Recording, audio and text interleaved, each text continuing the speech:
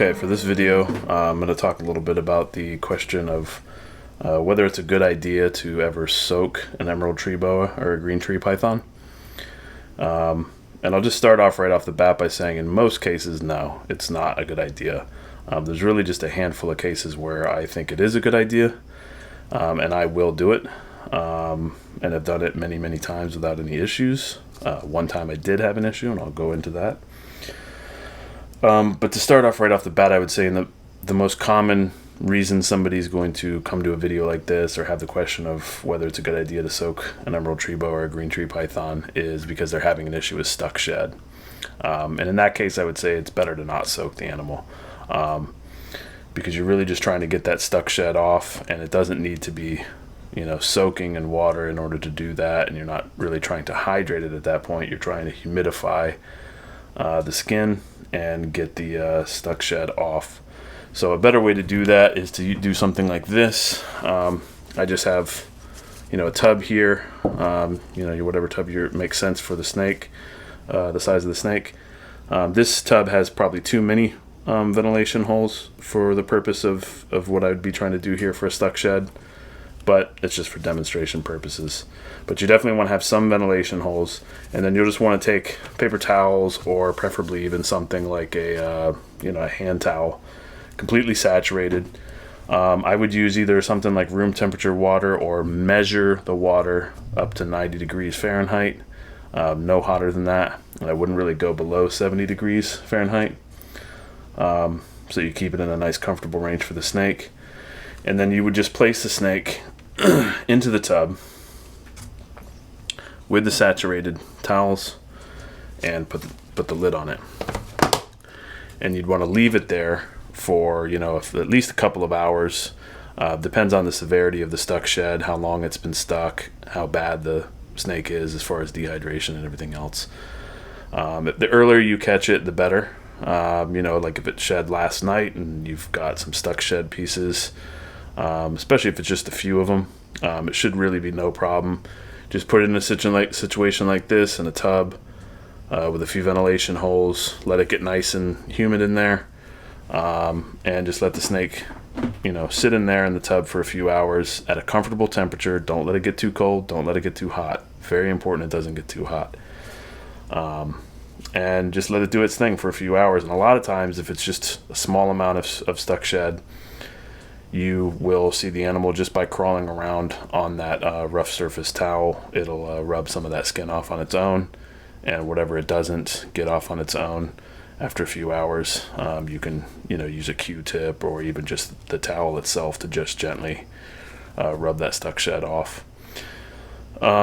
There's plenty of other videos, I'm sure, out there and instructions on how to do something like this, but it's a pretty common practice, and it's something I would definitely recommend rather than soaking an emerald or a chondro. If you're talking about the need to remove stuck shed. If you're having chronic stuck shed, then you are keeping the animal too dry in terms of relative humidity, so you're going to want to correct that. There's a number of ways to go about that. I've talked about it in another video. I'm sure I'll talk about it in some other ones. But whatever the way you choose to end up correcting that, you definitely do want to correct it so that you're not getting that consistent stuck shed problem. And that is primarily a humidity issue, not hydration. People go to some weird lengths to try to say it's not humidity, but I think it's kind of a no-brainer that it is. So I'm going to pull this. This snake does not have stuck shed, by the way. It just, obviously for demonstration purposes, this is a little captive bred northern emerald tree boa. I don't know if the camera's picking that up okay. He was born here in October of last year. So I'm set him off to the side for a second. Come here, buddy. Chill there for the. I'm going to still use you in just a minute. So that's how you would deal with stuck shed rather than soaking the animal. That's a much better, more effective way. There's no real risk involved. It's just a better overall approach to it. So I highly recommend if you're dealing with a stuck shed problem, do something like this. And then, like I said, correct your humidity so that it doesn't continue to be a problem in the future.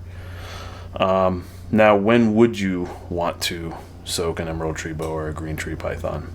Now, this is a little bit controversial. I know it seems like whenever this topic comes up about soaking an emerald or a green tree online, particularly with emeralds, in my opinion, there's a lot of kind of confusion and fear-mongering about this that seems to suggest that these animals are just, idiots that'll drown, in a droplet of water on the ground for no reason.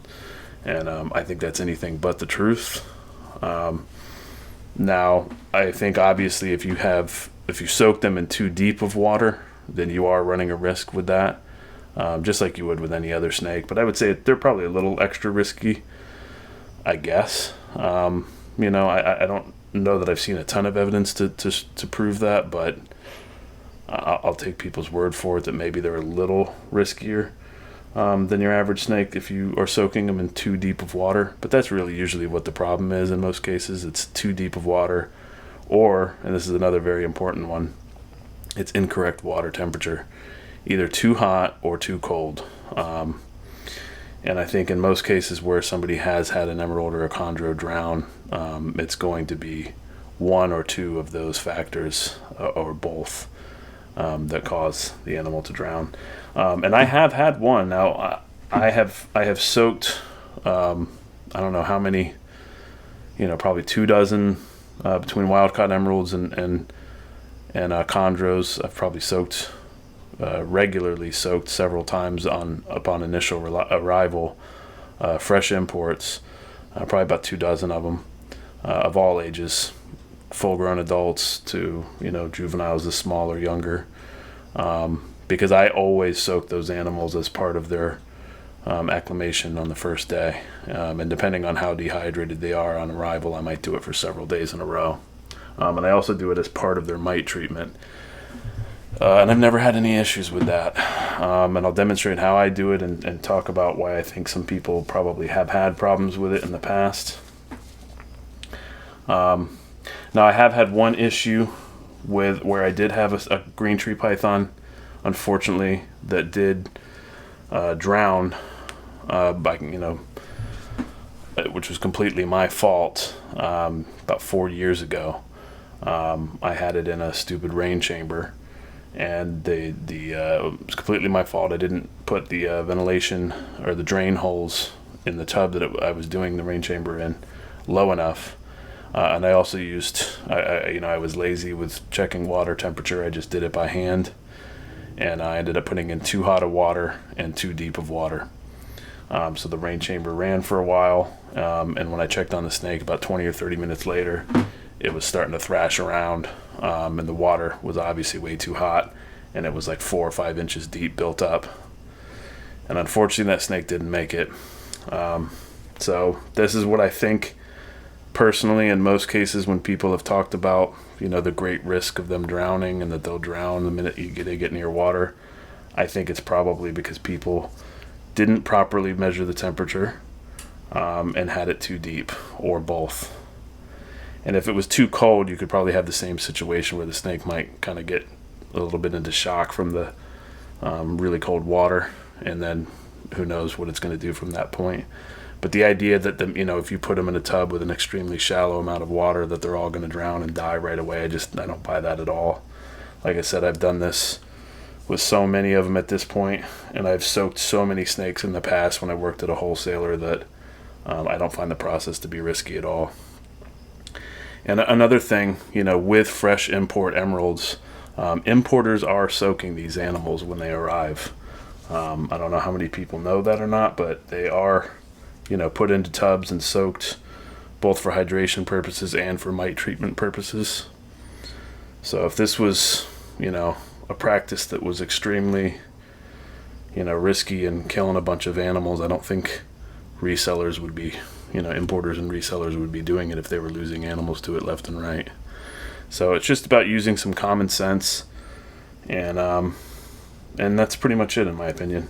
And monitoring the snake and paying attention. Don't just, never put a snake you know, in a situation where something could happen to it, and then just walk away and don't come back for hours. You know, whether it's soaking it or even doing what I suggested earlier with the method for removing stuck shed. You know, check on the snake, make sure that nothing's going wrong.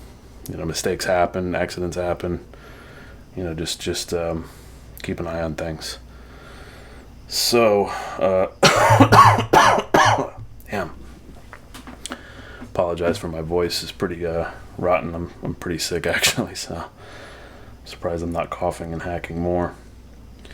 But anyway, so when would I consider it to be a good idea to soak an emerald or a chondro? Really, just basically in two situations. In order to try to hydrate an animal quickly, because it's either severely dehydrated or it's super fresh import, and I just want to do everything I can to get it as hydrated as possible, as fast as possible. Or like I said, if you're dealing with an animal that was, for whatever reason, extremely dehydrated, then I would also soak an animal in that situation. But again, very carefully, very shallow water. It's hardly even really considered a soak, I guess, in that sense, because it's more just like putting the animal in a big puddle. But I prefer to do this over blasting them with a bunch of droplets, because you're stressing them out by spraying the hell out of them. They don't want to be messed with. And depending on the situation and the individual snake, some snakes aren't going to be bothered by it much. Depending on your setup, it might work fine. But in a lot of situations, I can pretty much guarantee if I took this little snake and started blasting it with drops, either from a sprayer or from a pump sprayer or something, just blasting the hell out of it, it's going to stress it out. It's going to be flailing. It's going to be trying to get away from that. Whereas if I put this snake in a very shallow amount of water, this is room temperature water, and I just put this snake in here. Come here, buddy.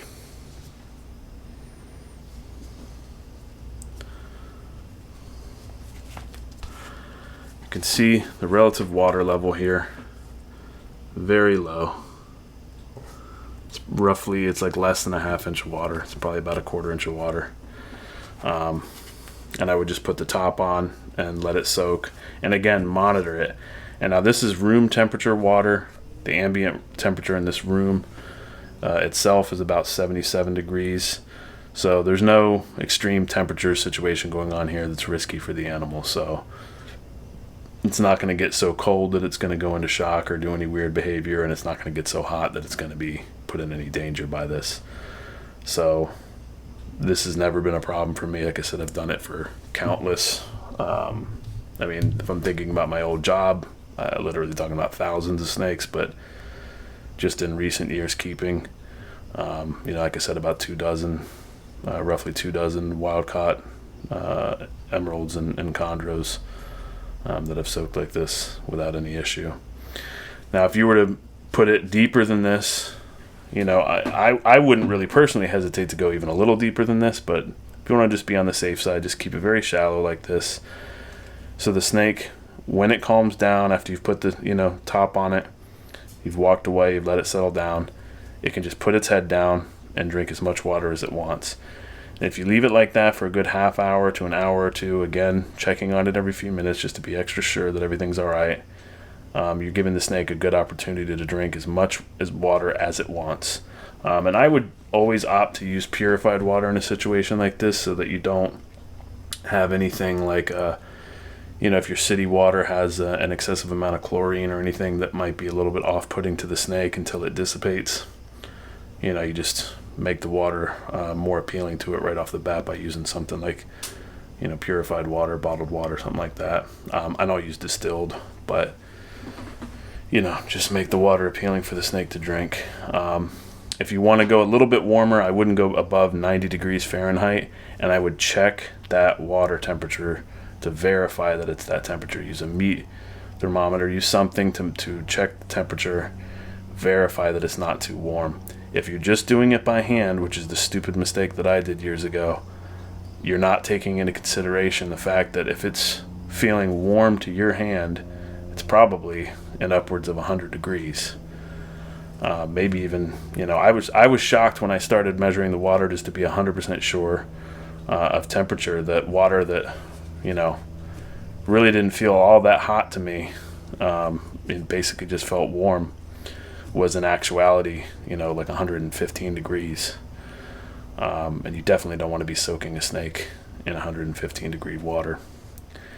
And like I said before, I think that's probably why people have had incidences where they've lost the snake. So my light here, looks like the battery ran out on that, so that's kind of annoying. But anyways, so those are the situations that I would consider soaking an emerald or a green tree python in. Primarily just those two cases of, when I receive a fresh import, I always do this. It's one of the very first things that I do when the animal arrives.